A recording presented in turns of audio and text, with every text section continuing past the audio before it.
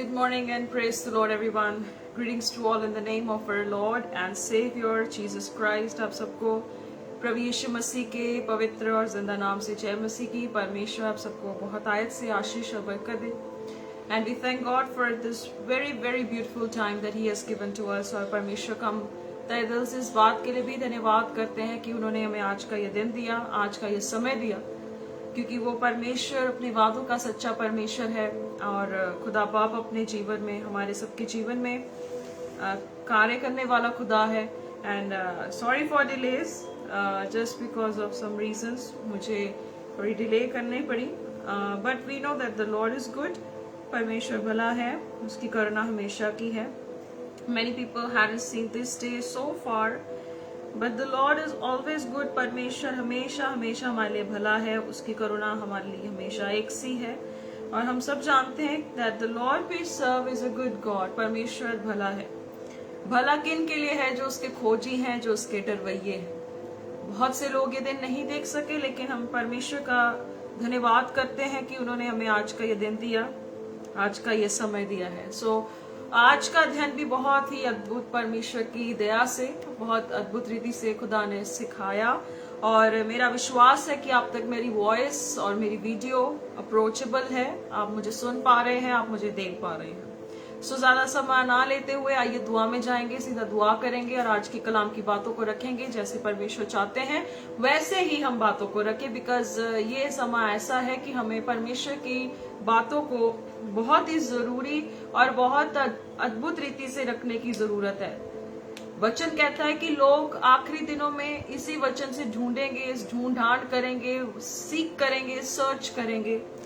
हमें ऐसा बनना है कि जब हमें कोई देखे, तो जब हमारे पास कोई भी व्यक्ति आए, जब वो अपने वचन की बातों को हमसे बयान करे, हमारे अंदर इतनी खूबी और काबिलियत होनी चाहिए कि सच में हमारे परमेश्वर की बातें हमसे झलके और हमसे दिखे।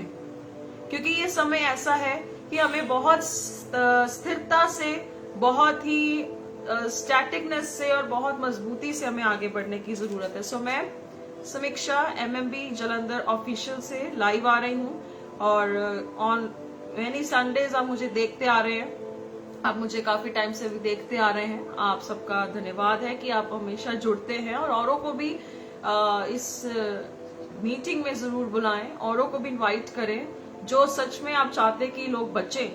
अगर आप चाहते कि आपके क्षेत्र में लोग बचे, तो आप जरूर उन लोगों को भी इनवाइट करें, उन लोगों को भी वचन पहुंचाएं, उन तक भी इस वीडियोस को पहुंचाया करें। क्योंकि जरूरी है कि हम सब जो है परमेश्वर के सही वचनों को, खरे वचनों को, बाइबल की बातों को लोगों तक लेके जाने के लिए आप और मैं एक इंस्ट्रूमेंट है, हम एक वेसल है।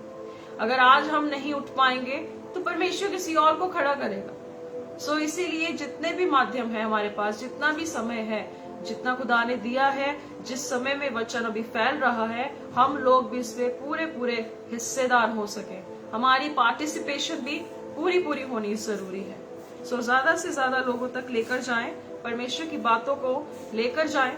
और आप जितने भी जन हैं जरूर इस पेज के साथ लिंकअप हो, जुड़े और जरूर आगे तक इसे फॉरवर्ड करें। सो आइए दुआ करेंगे, आज की बातों को रखेंगे और परमेश्वर का हम शुक्रगुजार हैं कि उन्होंने हमें आज फिर से एक मौका दिया कि उसके पवित्र शास्त्र से कुछ बातों को सिखाएं, बयान करें, ताकि हम आगे को और खुदा के वचनों से गहराई से सीख सकें। प्रार्थना करेंगे। स्वर्गीय पिता, धन्यवाद देते पिता परमेश्वर आज के सुंदर समय के लिए जो आपने हमें दिया। प्रभु, बहुत से लोग ये दिन नहीं देख सके, लेकिन फिर भी आपने अपनी रहमत से, अपनी नेमत से हमें आज का ये दिन दिया। हम आपको धन्यवाद देते हैं यीशु के नाम से। प्रभु, आज की बातों को रखने के लिए आपका पाक रूह हमारी मददगार हो। प्रभु यीशु मसीह के नाम से परमेश्वर वचन को चुराने वाली हर वो बात हम कैंसिल करते हैं, हर एक को भटकाने वाली बदरूहों को यीशु के नाम से हम झड़कते हैं। परमेश्वर पिता, प्रार्थना करते हैं कि आज की बातें जहां तक पहुंचे, परमेश्वर बहुत से दिल परिवर्तित हो। प्रभु, बहुत से लोग आपको जाने, सत्य को जाने और सत्य उन्हें आजाद करे। परमेश्वर पिता, यीशु मसीह के नाम से हर तरह की प्रभु जी बदकारी, हर तरह की बात जो परमेश्वर आपके वचन के खिलाफ है, यीशु के नाम से उनके जीवनों से निकल सके। मेरे परमेश्वर प्रभु, प्रार्थना करते पिता, आपकी रहमत आपकी दया हम सब पर हो सके मेरे परमेश्वर। मैं दुआ करती हूँ खुदावन आपके लहू से हर एक को शुद्ध कर, क्योंकि वचन कहता है कि आप विश्वास योग्य हैं कि आप हमें अपने पवित्र लहू से साफ कर सके। प्रभु प्रार्थना करते कि हर तरह की इब्लीस की चाल प्रभु आपके बच्चों पर कभी सफल ना हो सके। प्रभु कलाम कहते हैं कि हम उसकी युक्ति से अनजान नहीं है। परमेश्वर प्रार्थना करते कि आपका पाक रूह हर एक के दिल को छूने पाए, ताकि परमेश्वर सच में भेद की बात जो आप में है, जो बुद्धि ऊपर से आती है, वो परमेश्वर बिना पक्षपात के होती है, और जो आपसे मांगता है आप उसे देते हैं। प्रभु प्रार्थना करते हैं कि स्वर्ग की बुद्धि परमेश्वर हर एक के हृदय में विद्यमान हो सके। प्रभु इन्हें पुरुषार्थ करिए, इन्हें जागृत करिए, और इन्हें निरंतर प्रार्थना में वचन में बने रहने का हियाव भी दीजिए, ताकि परमेश्वर हम अपनी जंग में कभी हारने ना पाए। परमेश्वर हम अपनी बैटल्स को कभी लूज ना करें। परमेश्वर प्रभु आपकी सहायता के द्वारा हम सब कुछ कर सकते हैं। पिता परमेश्वर प्रभु दया करे, फजल कर मेरे खुदावन, हर तरह की बात को जो आपके वचन के विरुद्ध है हम उसका खंडन करते हैं, और प्रभु यीशु मसीह के नाम से आपकी कैद में करते हैं। प्रभु आज का वचन रखने के लिए पाकरू सहायता करे, मेरे मुंह से वो वचन निकले जो उन्नति के कारण हो सके। प्रभु प्रार्थना करते हैं कोई ठोकर मेरे द्वारा किसी को ना लगने पाए। परमेश्वर प्रभु आपके हाथों में हमारा जीवन है। प्रभु आपकी मर्जी जैसे आसमान में पूरी होती है, इस जमीन पर हम सब में, इस कलीसिया में, ऑनलाइन कलीसिया में, हर एक में परमेश्वर आपकी इच्छा पूरी हो जाए। परमेश्वर आपके जिंदा लहू में हम सबको छिपाते हैं। कृपा करें, दिल की धरती को नरम करें, तैयार करें, ताकि 30, 60, 100 गुना फल भी आ सके। परमेश्वर प्रभु आपको आदर, सम्मान, महिमा देते हैं, और इन सारी दुआओं को प्रभु यीशु मसीह के सामर्थी नाम से मांग लेते हैं। आमेन, आमेन, आमेन। परमेश्वर आप सबको आशीष दे, बरकत दे। सो अपनी बाइबल्स और अपनी नोटबुक्स को अपने साथ रखें, और आज हम जिस अध्याय पर गौर करने जा रहे हैं, जिस बात पर हम ध्यान देने जा रहे हैं, अक्सर इस कहानी को सब लोग पढ़ चुके हैं, अक्सर लोगों ने इस पर गौर भी किया है, और अक्सर कई बार इस पर अध्ययन भी किया गया है। लेकिन आज परमेश्वर की दया से कुछ नया सीखने को हमें भी मिल सकता है। चाहे बाइबल आपने 1000 बार पढ़ी हो, चाहे बाइबल आपने अध्ययन को कई बार उसको पढ़ा हो, काफी बार उसके पेज पलटे हो, कई बार आपने समझने की कोशिश भी की हो, पर पवित्र आत्मा के बिना कोई भी इस पवित्र शास्त्रों को समझ ही नहीं सकता है। बाइबल कहती है कि जब यीशु मसीह निकल रहे थे आफ्टर रेजरेक्शन, उन 2 लोगों के साथ थे, जब वो बैठे उन्होंने रोटी तोड़ी, तो वहां पर कहते हैं कि बुद्धि खुल गई। वहां पे जब यीशु मसीह चेलों के सामने आए तब उनकी बुद्धि खुल गई। हमारे परमेश्वर की सामर्थ्य से ही हमारी बुद्धि खुलती है। हमारी बुद्धि ऐसे ही नहीं खुलती, चाहे आप पन्ने पलट पलट के चैप्टर को बीच में से खोल के आप पढ़ लो कि परमेश्वर का ये प्रॉमिस मेरे लिए है, ऐसा कुछ नहीं होता है। बाइबल का हर प्रॉमिस आपके लिए है, पर एक कंडीशन के साथ होता है। बाइबल कभी भी ऐसे ही नहीं होती, वो कंडीशन भी देती है, अगर आप ऐसे करोगे तो आपकी भलाई होगी, यदि यहोवा को खोजोगे तो जीवित रहोगे, यदि उसके धर्म और राज्य की खोज करोगे तो सब वस्तुएं आपके पीछे पड़ के आपको मिलती है। There is a condition for everything. शास्त्र कभी भी ऐसे नहीं पढ़ा जाता, शास्त्र को समझना पड़ता है, परमेश्वर के वचन को समझना पड़ता है। ये ऐसे ही बातें नहीं सिखाई जाती, ऐसे ही बातों पर गौर नहीं किया जाता। सो इसे समझना पड़ता है जीजो। We have to understand, we have to lean on this word. हमें इस पे ध्यान अध्ययन करते रहना पड़ता है, और जब परमेश्वर की दया से हम इन बातों को सीखते हैं, समझते हैं, तो खुदा रूह हमारी मदद करते हैं कि हम इन बातों पर दिन रात भी ध्यान दे सके। पर कहना पड़ता है कि परमेश्वर, मैंने जिस काम को शुरू किया है, प्रभु इब्लीस इसे रोक ना पाए, बिकॉज वो एवरी टाइम इस चीज को करेगा कि आपके द्वारा वो काम को रोक सके, आपको पीछे कर सके। सो आइए परमेश्वर के वचन से हम आज यीशु मसीह और एक धनवान व्यक्ति की कहानी को सीखेंगे, देखेंगे कुछ अलग क्षेत्र से कि कैसे परमेश्वर सिखाना चाहते हैं। आप जानते हैं जब प्रभु यीशु मसीह का एनकाउंटर एक जवान के साथ हुआ, एक यंग बॉय के साथ हुआ, यह उस समय में था जब प्रभु यीशु मसीह सेवकाई कर रहे थे पेरिया में, जो जॉर्डन यर्दन नदी के राइट साइड पे एक शहर था पेरिया, और जॉर्डन रिवर की राइट साइड पे जो पेरिया था, जब यीशु मसीह वहां मिनिस्ट्री कर रहे थे, तब वहां पर ये घटना घटी, ये बात घटी, और वहां पर यीशु मसीह के सामने एक जवान व्यक्ति आता है। और ये जवान व्यक्ति की कहानी आपको 3 बाइबल बुक्स में मिलेगी। एक होगी मत्ती में, एक होगी मरकुस में, और एक होगी लूका में। ये तीनों बुक्स में आपको ये स्टोरी मिलेगी। जब मत्ती 9 की उसकी 20 पढ़ते हैं, वहां पे जवान पुरुष कहा गया है। जब हम पढ़ते हैं लूका 18 की 18, वहां पे एक सरदार कहा गया। और जब हम मरकुस पढ़ते हैं, मरकुस में कहा गया कि एक पुरुष यीशु के चरणों में गिर गया। जब आप तीनों एंगल्स को देखते हैं तो हम इसे कह सकते हैं यंग रिच मैन, जवान धनवान व्यक्ति। प्रभु यीशु मसीह का एनकाउंटर कब हुआ? जब प्रभु यीशु मसीह यर्दन की दाहिनी ओर, दाहिनी साइड पे मिनिस्ट्री कर रहे थे। ये उस समय का वाक्य है, यह उस समय की घटना है जब प्रभु यीशु मसीह वहां पर सेवकाई कर रहे थे। तीनों एंगल्स में आप अपने घरों में पढ़ सकते हैं। मत्ती की इंजील में भी लिखा है, मत्ती 19 की 16 से 30 में भी लिखा है, और लूका 18 की 18 से 30 में भी लिखा है। पर जो हम यहाँ पर देखने जा रहे हैं वो है मरकुस, उसकी 10, उसकी 18, I think so, yes. Mark chapter 10 verse 17, हम यहाँ से इसे देखेंगे। अपनी बाइबल्स को, अपने जो है आप अपनी बाइबल्स को और अपनी जो नोटबुक्स है अपने साथ जरूर रखें, because we have to study the word of the Lord.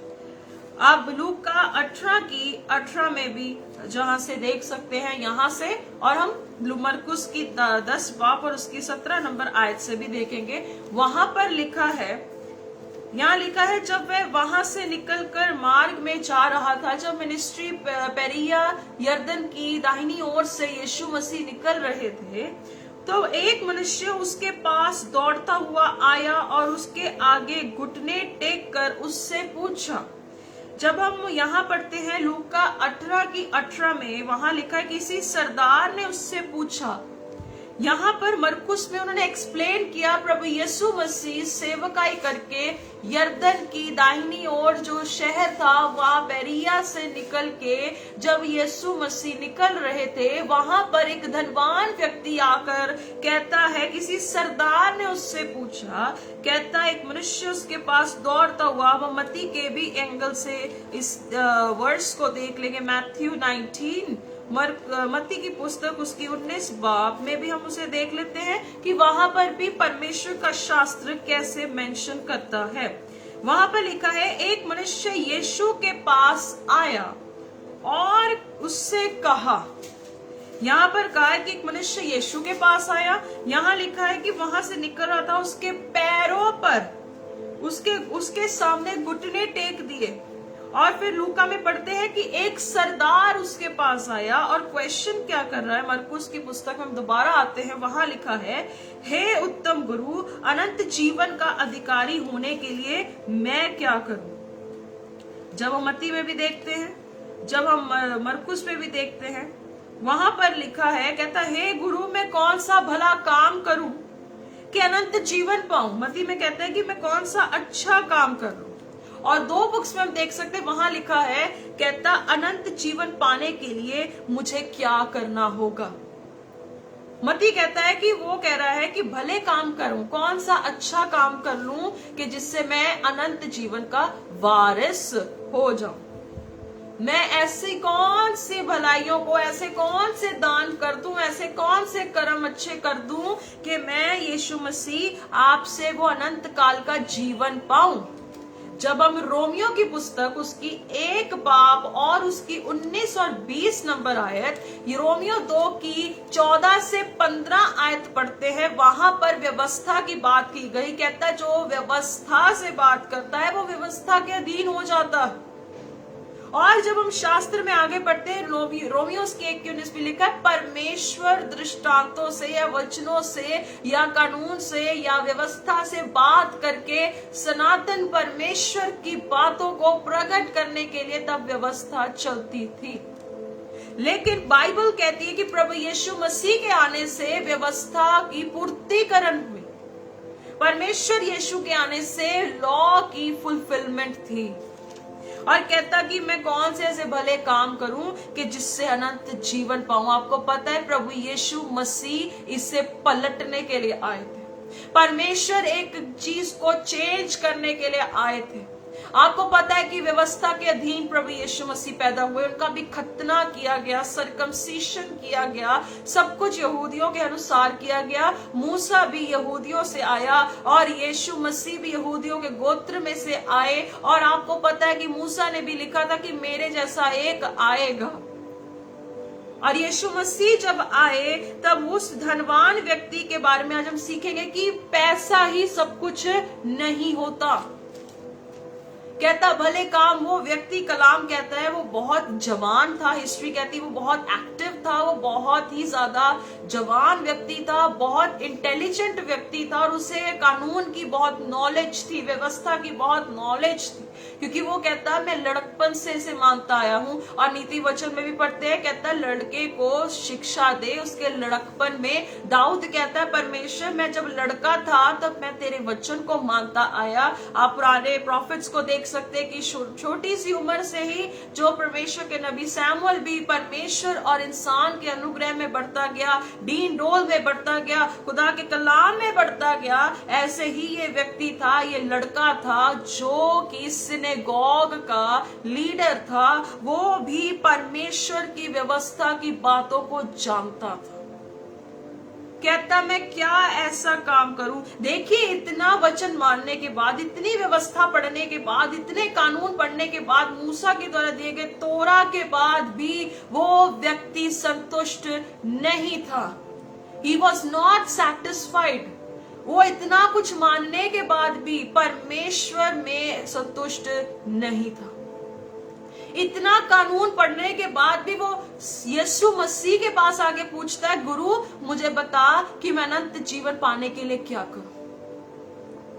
अजीजों आज के समय में भी ऐसे जवान बच्चे की तरह बहुत से लोग हैं जिन्होंने कलाम को खा भी लिया है, जिन्होंने वचन को खा भी लिया है, पेट में पचा भी लिया है। मुंह के लिए जो है मीठा था, पेट के लिए कुछ था, लेकिन जब उन्होंने अपने जीवन में वचन को सब कुछ पाया, एक संतुष्टि अभी भी नहीं है। They are not still satisfied. वो क्यों संतुष्ट नहीं है? क्योंकि वो लोग आज भी ढूंढते हैं कि जब मैंने यीशु का वचन सुना, यीशु की बातों को सुना, मैंने सुन लिया कि वो मेरे लिए क्रूस पर मरा, वो क्रूस की कथा की बयान भी कर दिया सब कुछ, स्टिल दे डोंट नो कि उन्हें अभी भी क्या मसीह में करना है। वो कहते हैं अरे मुझे क्या भले काम करने कि मैं भी परमेश्वर के सामने एक अच्छा जस्टिफाइड पर्सन बन सकूं।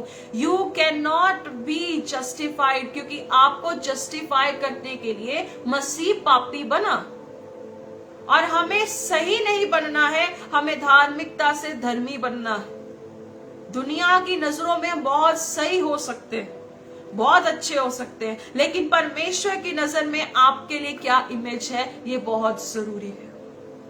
कहता देखिए ये वही व्यक्ति है कि तू मुझे बता कि मैं क्या करूं, तू मुझे क्या कहता है। यीशु ने फिर 17 आयत में, मत्ती 9:17 में कहते हैं, उसने उससे पूछा तू मुझसे भलाई के विषय में क्यों पूछता है। यीशु कहते तू मुझे क्यों पूछता है कि भलाई क्या करनी है।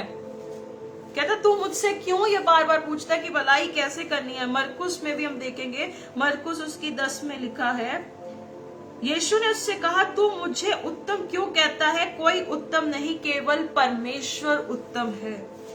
जब हम लूका में भी पढ़ते हैं और यीशु ने डायरेक्ट उससे 19 में फिर यही कहा कि तू मुझे उत्तम क्यों कहता है, उत्तम क्यों कहता है।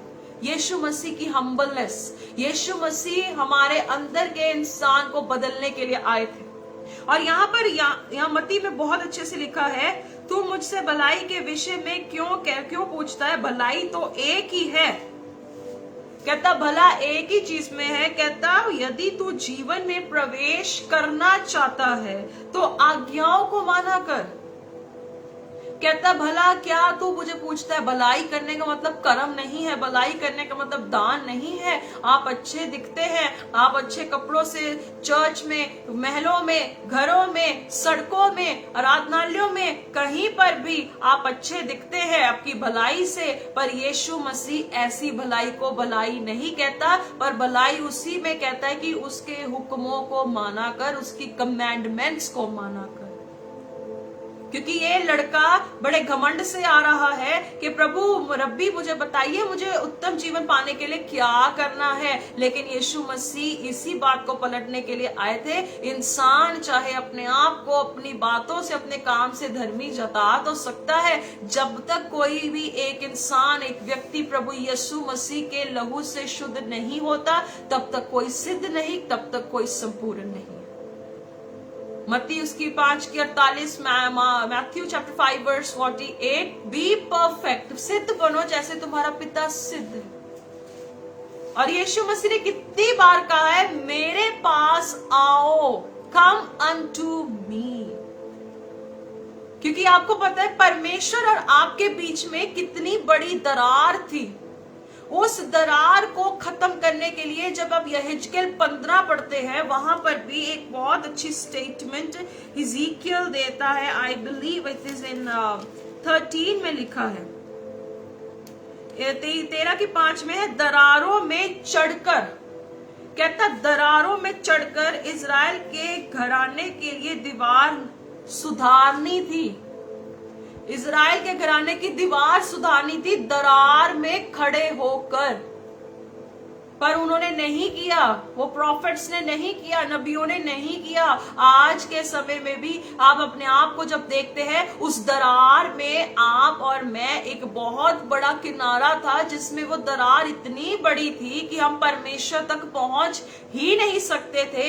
लेकिन प्रभु यीशु मसीह वो खुद इजराइल के गोत्र से जन्मा और वो उस दरार में खड़ा हो गया ताकि पिता और हम लोग मिल सके। हालेलुया। तभी कहता भला इसी में है कि तू आज्ञाओं को माना कर। उस व्यक्ति ने पूछा कौन सी आज्ञाएं? यीशु ने कहा हत्या न करना, व्यभिचार न करना। मैं पढ़ रही हूँ मत्ती से उसकी 18 आयत से 19 आयत में, हत्या न कर, व्यभिचार न कर, चोरी न करना, झूठी गवाही न देना, अपने पिता और अपनी माता का आदर करना, अपने पड़ोसी से अपने समान प्रेम रखना। 20 आयत में देखेंगे, उस जवान ने उससे कहा इन सबको तो मैंने माना है, अब मुझ में किस बात की घटी है? कहता मैं शुरुआत से ये मानता आया हूं। आइए मरकुस में हम देखते हैं, परमेश्वर ने कहा सिद्ध मैं नहीं हूं, सिद्ध परमेश्वर है।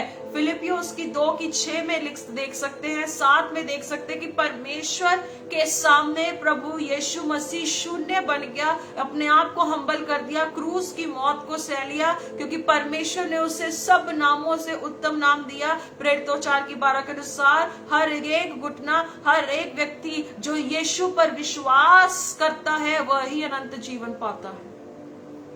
और जब हम उसकी आयतें देखते 19 में भी लिखा था, कहता व्यभिचार न करना, चोरी न करना, हत्या न करना, ये सब बातें प्रभु यीशु मसीह के वचन में हम देखते हैं। उन्होंने ये सब बातों को बताया।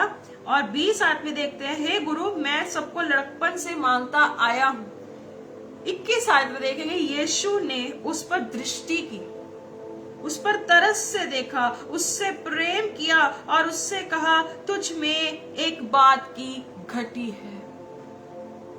ये कौन सा व्यक्ति है? ये वही व्यक्ति है जो कह रहा है कि मैं बहुत सिद्ध हूं, मैं बहुत धर्मी हूं, मेरे जैसा कोई है ही नहीं, मेरे जैसा सिद्ध कोई है ही नहीं, मेरे जैसा उत्तम है ही नहीं। मैं तो वचन को इतना पढ़ता हूं, मैं प्रार्थना बहुत करता हूं, मैं तो वर्शिप बहुत करता हूं, मैं सुसमाचार की पत्रियों को बहुत बांटता हूं, मैं तो बहुत लोगों के लिए दुआ करता हूं, खुदा मौजज़े करता है, हर एक चीज करता है। पर यीशु मसीह भी आज बहुत से लोगों को ऐसे देख के कहता है, बेटे तुझ में अभी घटी है, तुझ में कमी है। और कहता मुझ में किस बात की कमी है?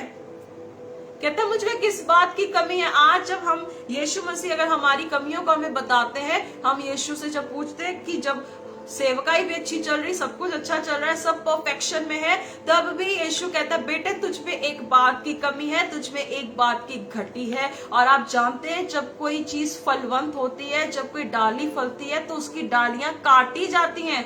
जब हम कोई नया पेड़ लगाते, जब वो बड़ा होता है तो उसकी नई डालियां काटी जाती ताकि वो और फल लेके आने की क्षमता रखे। ऐसे ही परमेश्वर हमारे अंदर से वो डालियों को काटता है कि हमारे अंदर से नई डालियों को जन्म देने वाली कैपेबिलिटी इंक्रीज हो सके। कई बार देखा होगा कि पुरानी डालियां तो काटी भी जाती हैं, लेकिन कई बारी गार्डनर होता है, जो माली होता है, वो नई डालियों को भी काट देता है। उसके बीच में से कई बार नई डालियों को काटता है कि देखे अगर ये पौधा ये नए जन्म देने की काबिलियत रखता है तो ये पौधा बहुत फल लेकर आएगा। अगर उसकी नई डालियां भी काटी जाएंगी, क्या वो फल लेकर आता है या नहीं लेके आता है, वो चीज भी इसी चीज से परखी जाती है। ये वही जवान व्यक्ति है जो कह रहा है मैंने सब बात में, मेरे पास परफेक्शन है, मैं सब बात में क्या है खरा हूं, मैं वचन को मानता आया हूं, मैं व्यवस्था को मानता आया हूं। यीशु ने कहा तुझ में एक बात की घटी है। अगर मैं आज लोगों से आप सबसे पूछती हूँ कि यीशु मसीह आपको कहेगा कि प्रभु, यीशु कहेंगे बेटे तुम में एक कमी है, तो आप यीशु से ऐसे बात करेंगे अरे मैं तो वचन मानता आया हूं, मेरे में क्या कमी है? या हम्बल होके कहेंगे हाँ पिता मैं जानता हूं मैं सिद्ध तो नहीं हूं, तेरी सिद्धता से तो मैं सिद्ध हुआ हूं, परमेश्वर आप मेरी कमियों को सुधारे, मुझे बदले। यशाया 64 वहां लिखा है प्रभु हम मिट्टी है तू कुम्हार है, तू हमें बनाता है, तू हमें जांचता है। और आपको पता है यीशु मसीह और इस जवान व्यक्ति की गति में कितना फर्क था। वो व्यवस्था से बातों को देखते थे, लेकिन यीशु मसीह अनुग्रह से देखते थे। यीशु मसीह को पता था मैं इसके लिए भी मरूंगा, पर क्या ये मुझ पे विश्वास अब करता है? जब आप इस बात पे भी विश्वास आइए वचन से देखेंगे, यशाया उसकी 55 आइज़ाया चैप्टर 55 वर्स 8, क्योंकि यहोवा कहता है मेरे विचार और तुम्हारे विचार एक समान नहीं है, ना तुम्हारी गति और मेरी गति एक सी है, क्योंकि मेरी और तुम्हारी गति में और मेरी और तुम्हारे सोच विचारों में आकाश और पृथ्वी का अंतर है। आपके तरीके से सैल्वेशन और यीशु के तरीके की सैल्वेशन में कितना फर्क है। लोग कर्म से उद्धार को ढूंढते, पर यीशु अपने खून से हमें उद्धार दे चुका है। जब हम पढ़ते हैं यूहन्ना उसकी 1:17 में भी पढ़ते हैं, कहते हैं व्यवस्था तो मूसा के द्वारा दी गई थी। ये वही जवान व्यक्ति व्यवस्था से बात कर रहा था और व्यवस्था से कह रहा था कि मैं सब कुछ मानता आया हूं, परंतु अनुग्रह और सच्चाई यीशु मसीह के द्वारा पहुंची। यहाँ पर अनुग्रह तो था, लेकिन एक और बात थी कि सच्चाई यीशु मसीह से आई। और यीशु ने कहा मैं सच हूं और मैं ही ट्रुथ हूं, और जो उसे जानता है वो आजाद होता है। 2 कुरिन्थियों 13:3-17 में लिखा है जहां आत्मा है वहां आजादी। यूहन्ना 8:32 में लिखा है तुम सच को जानते हो, जब यीशु को जानते हो तो तुम्हें वही यीशु मसीह आजाद करेगा। He will set you free। और उसकी गति और हमारी गति में कितना अंतर है अजीजों, इट इज सो डिफरेंट। वो कभी सेम नहीं होती है। जब हम पढ़ते हैं 20 आयत के अनुसार 1 कुरिन्थियों उसकी 10-12 में आप अपने घरों में पढ़ लेना, वहां लिखा है यदि कोई कहता है मैं सिद्ध हूं तो अपनी चौकसी करे भाई के वो गिर ना जाए। अगर आज कोई व्यक्ति मुझे सुनने वाला ऐसा है जो कहता है मैं बहुत परफेक्ट हूं, मैं बाइबल को जानता हूं, मेरे से भी ज्यादा कोई लोग बाइबल को जानते हैं, अच्छी बात है जानो, पर अपनी चौकसी भी साथ में करो ताकि आप गिर ना जाओ। हमारी चौकसी कैसे होती? जब हम प्रार्थना में और वचन में लौलीन रहते हैं, हम उसमें लगे रहते हैं, हमारा ध्यान उसमें लगा रहता है, हम दिन रात उस पे अध्ययन करते रहते हैं। वही एक समय होता है जब हमारी चौकसी होती है। यीशु ने कहा तुझ में एक बात की घटी है, जा जो कुछ तेरा, मैं पढ़ रही हूं मरकुस उसकी 10 उसकी 21 आयत में लिखा जो कुछ तेरा है उसे बेचकर कंगालों को दे और तुझे स्वर्ग में धन मिलेगा, और आकर मेरे पीछे हो ले। ये था बदलाव, ये था चेंज जो यीशु मसीह लेकर आए। यीशु मसीह ने किसी आइडलाइज को नहीं किया, किसी मूर्ति को नहीं रखा कि इसके पीछे हो ले। यीशु ने कहा मेरे पीछे हो ले, अपना धन बेच, अपनी कंगालों को दे दे और मेरे पीछे चले आओ। क्योंकि परमेश्वर चाहते थे कि ये धनवान व्यक्ति का मन इसकी धन संपत्ति से उठकर परमेश्वर के साथ लगे। जो सच्चा परमेश्वर है वो आपके धन संपत्ति से नहीं पर आपसे प्रेम करता है, वो आपके साथ रहना चाहता था। इंसान को इसीलिए बनाया था खुदा ने कि पाक खुदा के नाम का जला देने के लिए इंसान आ सके। पर इब्लीस भी चालाक था, वो महिमा, वो जो स्तुति था, वो संसार की चीजों में से फुसला कर कहता है मैं बहुत धनवान हूं। जिस व्यक्ति में मैं आ जाती है, लूसीफर में भी वही था कि मैं परमेश्वर से ऊपर जाना चाहता हूं। कहता कंगालों को दे और मेरे पीछे हो ले। जब चेलों को चुना था यीशु ने तब भी कहा मेरे पीछे हो लो। यीशु ने कितनी बार मत्ती चुंगी लेने वाले को कहा मेरे पीछे हो लो। यीशु ये बदलाव लेकर आना चाहते थे। जब हम यीशु के पीछे चलते हैं तो हम पिता के साथ मिलते हैं, पिता के साथ हमारा रिश्ता जुड़ता है, क्योंकि पिता तक पहुंचने के लिए पुत्र के साथ होना बहुत जरूरी है। और देखिए इस बात से उसके चेहरे पर उदासी छा गई, वह शोक करता हुआ चला गया क्योंकि वह बहुत धनी था, पैसा बहुत था उसके पास। बहुत बाइबल में हिस्ट्री में पढ़ते हैं बहुत धनवान व्यक्ति था वो, बहुत पैसा था उसके पास। आज इंसान का वो चीज जो उसे परमेश्वर से कहीं ज्यादा बढ़कर है वो उसका धन है, वो उसकी संपत्ति है, वो उसका सब कुछ है।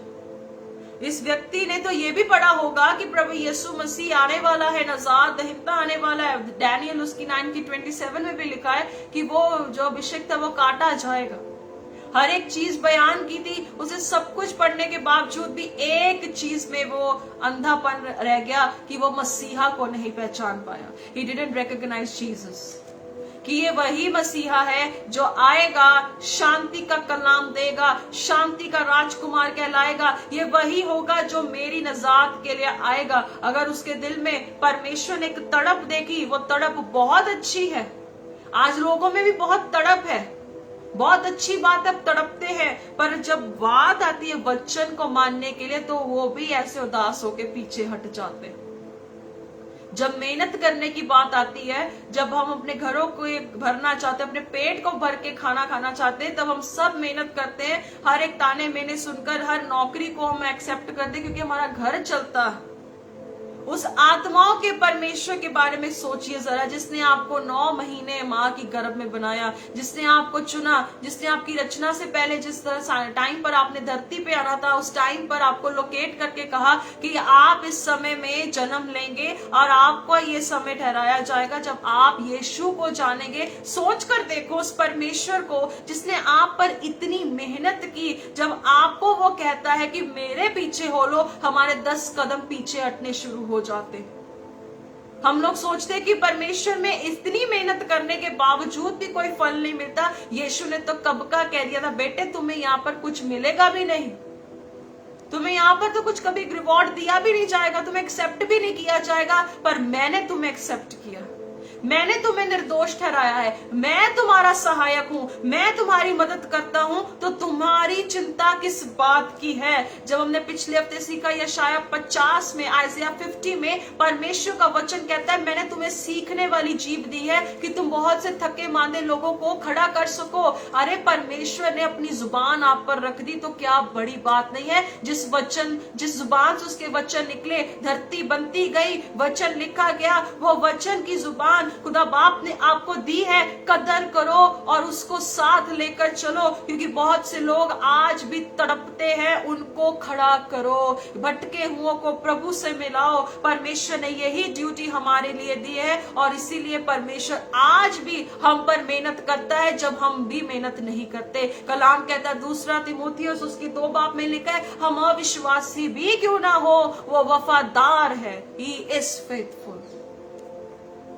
हमें धनी व्यक्ति की तरह अपने धन पर मन नहीं लगाना है। यीशु ने वचन में लिखा है अपना धन स्वर्ग में बटोरो जिसका कीड़ा नहीं लगता।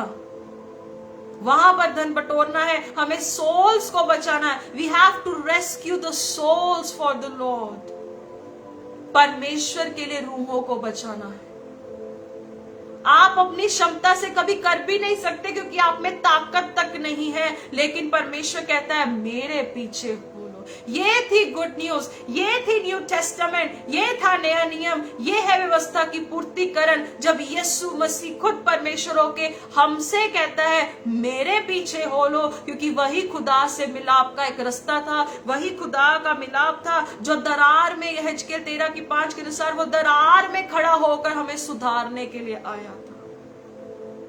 जब यीशु ये असाइनमेंट को आज भी लेकर चल रहा है, हमारे लिए कितना जरूरी है कि हम यीशु के शागिर्द होने के बावजूद हमारे लिए कितना जरूरी है that we have to follow Jesus। हमें सिर्फ यीशु को फॉलो करना है, किसी पर्सनालिटी को, किसी हाईलाइटेड बंदे की डॉक्ट्रिन को फॉलो करने से अच्छा है बाइबल की डॉक्ट्रिन फॉलो करो, जिसमें जिंदगी है, जिसमें क्या बरकत है, जिसमें रूहों का बचना है।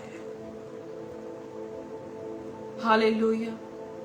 पतरस से पूछकर देखेंगे जिसने बात कही थी, प्रभु हम कहां जाएं, तेरे पास ही वो नजात की बात है, अनंत काल के जीवन की बात तो तेरे पास है।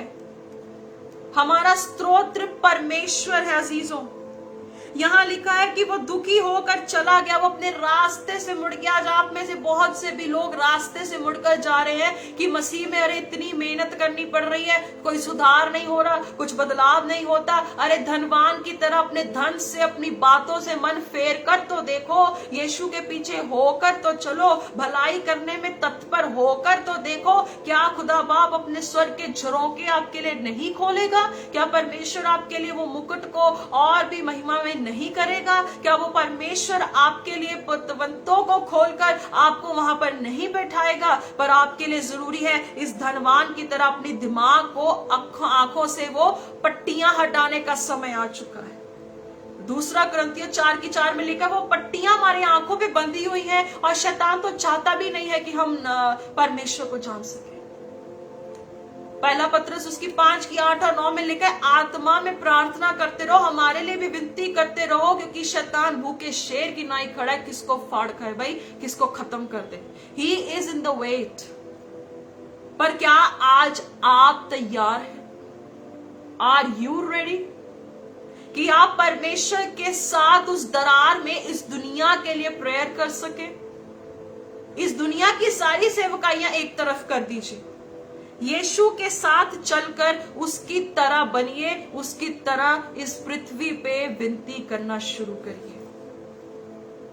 और सारी सेवकाइयों से बढ़कर अगर आपको लगता है आपकी कोई सेवकाई नहीं है, आप स्थिर नहीं है, आपके पास एक सेवकाई है, प्रेयर वॉरियर की सेवकाई है, प्रार्थना योद्धा की सेवा है। क्योंकि धर्मी की प्रार्थना से बहुत कुछ बदल जाता है। आपको पता है बहुत कुछ बदल सकता है। चार्ल्स स्पर्जन, हम सब उसके बारे में जानते हैं। चार्ल्स स्पर्जन ने, मैंने स्टेटस पे भी आज अपने लगाया, उसने बहुत अच्छी बात कही थी, वो मुझे बहुत पसंद आई। कहता कि सभी लोगों ने मुझे पूछा कि मेरी सेवकाई में इतना स्तर कैसे बढ़ा, इतना ऊंचाई तक मेरी सेवकाई कैसे जारी। कहता जो मेरे पीछे प्रार्थना करने वाले लोग थे उनके कारण मेरी उन्नति।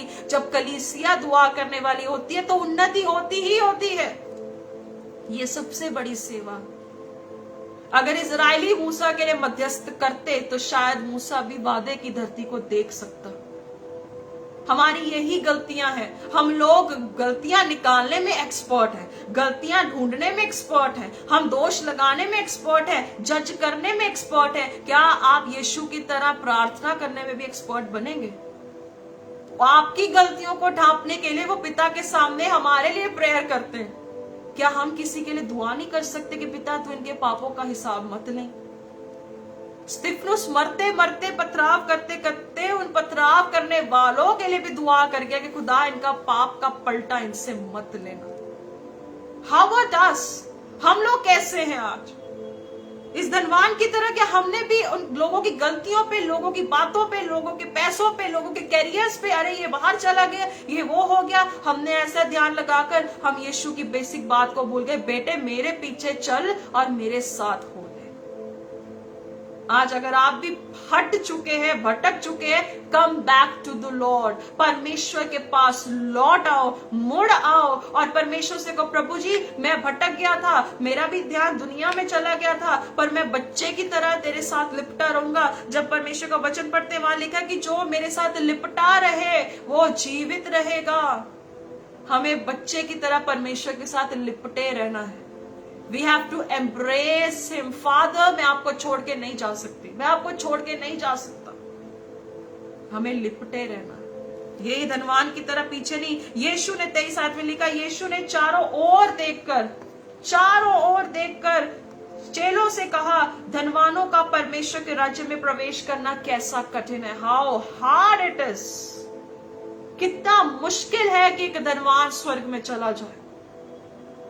बहुत से मसीही लोग भी धनवान हैं, बहुत से मसीही लोग भी धनवान हैं, पर बहुत से मसीही लोग ऐसे भी हैं जिनके पास बहुत धन है पर उनका मन उस पर नहीं है।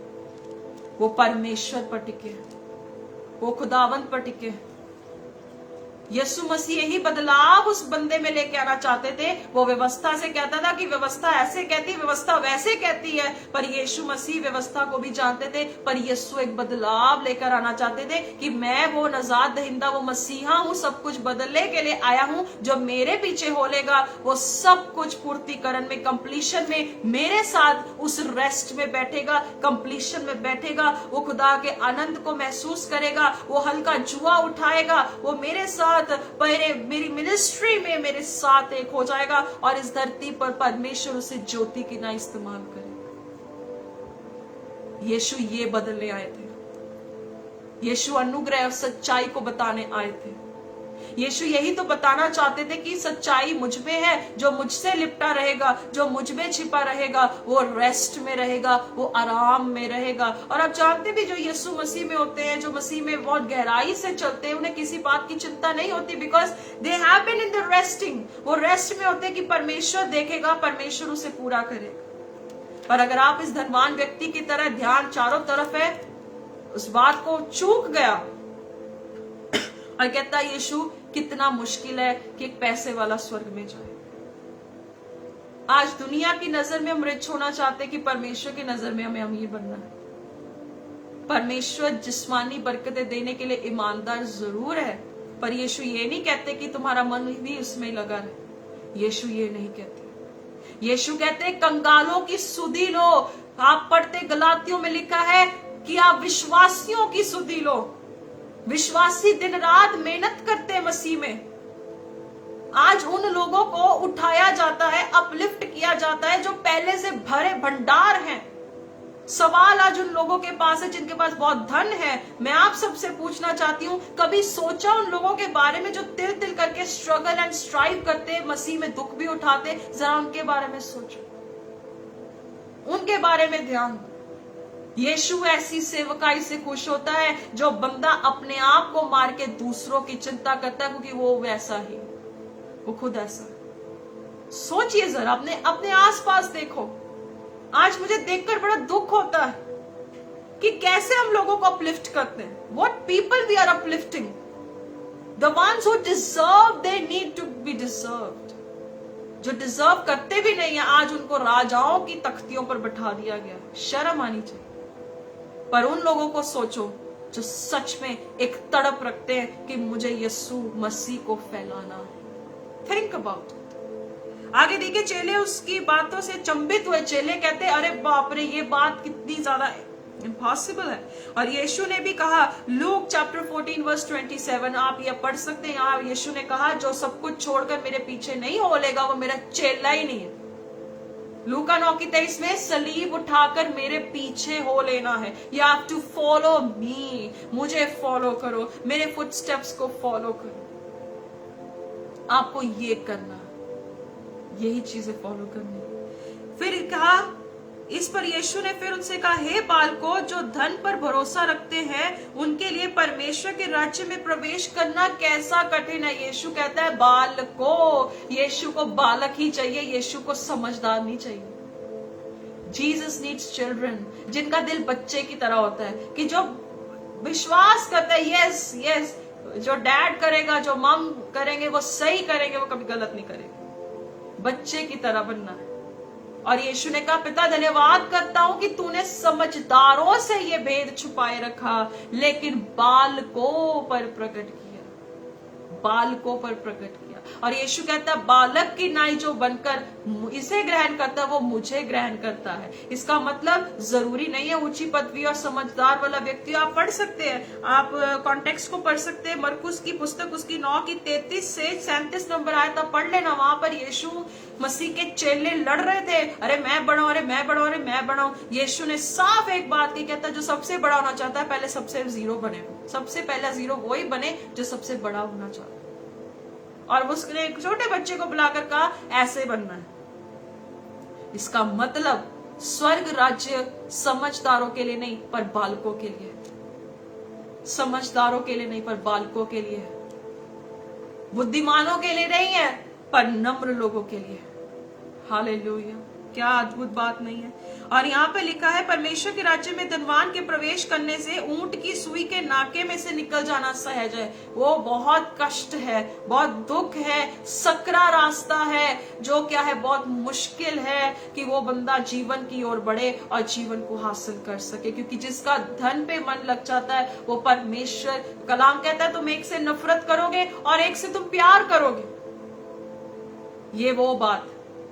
और हम आगे पढ़ते हैं तो वह बहुत ही चकित होकर आपस में कहने लगे, उनकी डिस्कशन स्टार्ट हो गई, तो फिर किसका उद्धार हो सकता है। कहते अगर ऐसा ही रहा तो कौन बचेगा, कौन नजात पाएगा, कौन परमेश्वर के उद्धार को देखेगा। यीशु का उत्तर देखो क्या है, कहता मनुष्य से तो ये नहीं हो सकता परंतु परमेश्वर से हो सकता है, क्योंकि परमेश्वर से सब कुछ हो सकता है। हालेलुया। कहता यीशु मसीह से, यीशु ने कहा परमेश्वर से सब कुछ हो सकता है। यीशु कहते परमेश्वर से सब कुछ हो सकता है। आप अपने दिल पर इस बात को लिख लो कि परमेश्वर से सब कुछ हो सकता है। इंसान से कोई सैल्वेशन नहीं हो सकती, कहता परमेश्वर से हो सकता है। अगर कोई प्रेयर वॉरियर्स बन रहे हैं, क्योंकि मैं भी उसमें एक हिस्सेदार हूं, मैं भी उस दरार में खड़ी होकर परमेश्वर के काम को देखना चाहती हूँ। मैं परमेश्वर से ये कहा कि प्रभु मैंने बहुत से काम आपके नाम से देखे, मैंने बहुत बड़ी बड़ी चीजें देखी, पर एक चीज परमेश्वर मैं देखना चाहती हूँ कि पापी आपकी ओर मुड़ता देख सकूं। मैं ये चीज देखना चाहती हूँ। क्या आप देखना चाहते कोई पापी परमेश्वर की ओर मुड़े? क्या आप देखना चाहते ऐसे धनवान लोगों की तरह जो पैसे वाले हैं, या कोई भी क्यों ना हो आपकी लिस्ट में, वो कौन सी व्यक्ति भी क्यों ना हो, क्या आप देखना चाहते कि वो भी बचे? मैं भी देखना चाहती हूँ, मैं अपना घराना बचता देखना चाहती हूँ, मैं बहुत सी चीजें देखना चाहती हूँ परमेश्वर।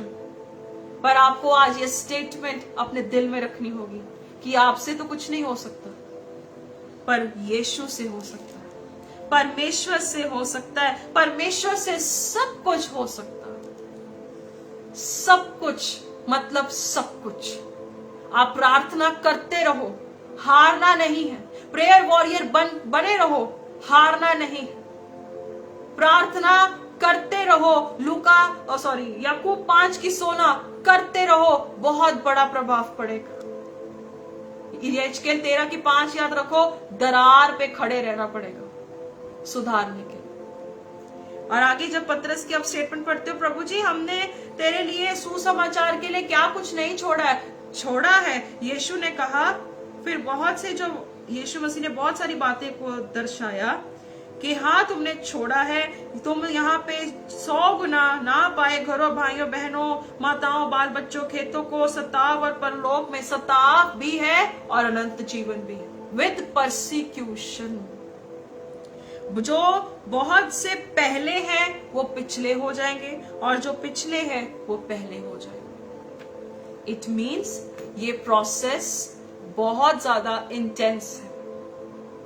ये प्रोसेस, ये प्रैक्टिस परसिक्यूशन के साथ। मान लो आप प्रार्थना कर रहे हो, वो व्यक्ति जिसके लिए आप दुआ करते हो वो आपसे और नफरत करे, वो आपको घात करने के लिए बहुत सी दोष लगाए, पर आपका वो लेवल और बढ़ जाना चाहिए। अगर वो व्यक्ति और बिगड़ रहा है और प्रार्थना बढ़ा दो, क्योंकि कलाम कहता है कि जैसे पाप बढ़ता है अनुग्रह भी बढ़ता जाता है। अगर वो लूसीफर तड़प तड़प के उसके जीवन में काम कर रहा है, आपकी प्रेयर भी बढ़ती जानी चाहिए, वो और स्ट्रांग होती जानी चाहिए, क्योंकि जैसे जैसे परमेश्वर उसके जीवन में काम करेगा, शैतान तड़पता रहेगा, वो तड़पेगा क्योंकि आपकी प्रार्थना उसके जीवन में काम कर रही होगी, उसके जीवन में प्रार्थना काम करेगी, और एंड में वो छूट कर परमेश्वर के सामने घुटने टेकेगा। पर आपको हिम्मत नहीं हारना, हमें हारना नहीं है। एक दिन प्रार्थना की, 2-3 दिन मेरे भी गैप पड़ गया, मैं भी मतलब कि मेरे भी गैप पड़ गया प्रेयर करने में, मैं अपनी बाइबल पढ़ के सो जाती थी, पर परमेश्वर मेरे मन में बोला, समीक्षा तुझे आगे बढ़ना है, तुझे आगे और दुआ करनी है, तुझे और वचन पढ़ना है, तुझे और आगे बढ़ना है, क्योंकि परमेश्वर ने मुझे सिखाया कि मैं काम कर रहा हूं पर तेरी दुआ और मजबूत चाहिए।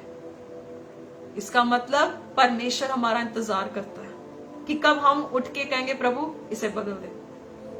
परमेश्वर वेट करता है कि यीशु मसीह भी प्रेयर कर रहे हैं, होली स्पिरिट भी उस प्रोसेस में, जब हम आ जाते हैं तो यीशु मसीह काम करता है, और लूसीफर तो तड़पेगा ही, उसकी तड़प से हमारा क्या जाएगा। वो बस आप उस उद्धार को देखेंगे जो परमेश्वर ने उनके जीवन में करना है। लेकिन परमेश्वर पर विश्वास रखो, धन पर भरोसा मत रखो, यीशु पर विश्वास रखो। आइए दुआ करें। हेवनली फादर, धन्यवाद देते प्रभु आज की इन बातों के लिए, आज की नेमतों के लिए, प्रभु आज की आशीषों के लिए। प्रभु धन्यवाद देते हैं कि प्रभु आपने हमें सिखाया कि बेटे बेटी तुम्हें मजबूत बनना होगा, तुम्हें और दुआ में बढ़ना होगा, तुम्हें और कलाम में बढ़ना होगा। परमेश्वर कई बार हमारा शरीर थक जाता होगा, परमेश्वर हमारा मन थक जाता होगा, परमेश्वर कई बार हमारा मन कहता हो कि आज नहीं कल दुआ करेंगे। प्रभु जी हम ये आलस्य को यीशु के नाम से छोड़कर जो गुनाह की नाई है पिता परमेश्वर, आज हम अपने अंदर वो जो प्रभु तड़प है, जैसे धनवान व्यक्ति ने तड़प रखी पिता, आज हम बहुत से लोगों के लिए तड़प रखते हैं, दुआ करते हैं यीशु मसीह के नाम से। पिता परमेश्वर हम अपनी हिम्मत को दुआ में नहीं छोड़ेंगे। परमेश्वर हमारी मदद कर, सहायता कर कि प्रभु जी इस धनवान व्यक्ति की तरह बहुत सारे लोग उत्तम भाग को खोते जा रहे हैं, पर यीशु जी जैसे आपने मेरे और पिता के बीच की दरार में खड़े होकर मुझे बचाया, मेरी माँ को बचाया, पिता प्रार्थना करते हैं कि आज हम भी उन लोगों के लिए प्रभु उस दरार में खड़े होकर यीशु मसीह आपके सामने प्रभु मध्यस्थ करने के लिए, परमेश्वर आपके सामने ऐसे लोगों की दुआ करने के लिए हम एक बोझ को उठाते हैं। मेरे पिता परमेश्वर प्रभु जी, ना तो बल से ना शक्ति से, तेरी रूह से ये हो सकता है, क्योंकि परमेश्वर आपका वचन कहता है इंसान से तो नहीं हो सकता, लेकिन परमेश्वर से सब कुछ हो सकता है। प्रभु हम इस बात पे विश्वास रखते हुए इस बोझ को उठाते हैं प्रभु कि आपसे ही सब कुछ हो सकता है। प्रभु जी इस वचन को हम अपने दिल में रखते हैं, इसे पिरोते हैं, और प्रभु हमें सहायता कर कि हम वो बन सके जो आप चाहते हैं। धन्यवाद देते इस कलाम के लिए, बहुत से लोगों को आशीष और बरकत दे, हर जरूरत पूरी कर पिता परमेश्वर, आपका राज्य बहुतायत से फैलता जाए। पिता धन्यवाद देते हैं, आपको आदर महिमा देते प्रभु। बहुत से लोग जो इस वचन को आगे भी सुने प्रभु जी, नवी शक्ति और ताकत दे खुदा, कृपा कर, दया कर, आपको सारा आदर महिमा देते, सबको आपके लहू में छिपाते प्रभु, आपके पंखों के नीचे उन्हें शरण देने वाले खुदा है आप प्रभु। कृपा कर, तेरे उद्धार को हम इस दुनिया में देखेंगे, हमारा विश्वास है। आपको आदर महिमा देते, सारी दुआओं को प्रभु यीशु मसीह के सामर्थी नाम से मांगते हैं। Amen, amen, amen. God bless you. परमेश्वर आपको आशीष दे। जरूर इस वचन पर गौर करें, हिम्मत नहीं हारनी है, लगे रहे, क्योंकि परमेश्वर काम कर रहा है, वो आपका इंतजार कर रहा है कि कब आप भी ऐसे व्यक्तियों के लिए दुआ करेंगे। हिम्मत नहीं हारनी है, लगे रहना है। नेक्स्ट संडे फिर परमेश्वर के वचनों से सीखेंगे। God bless you.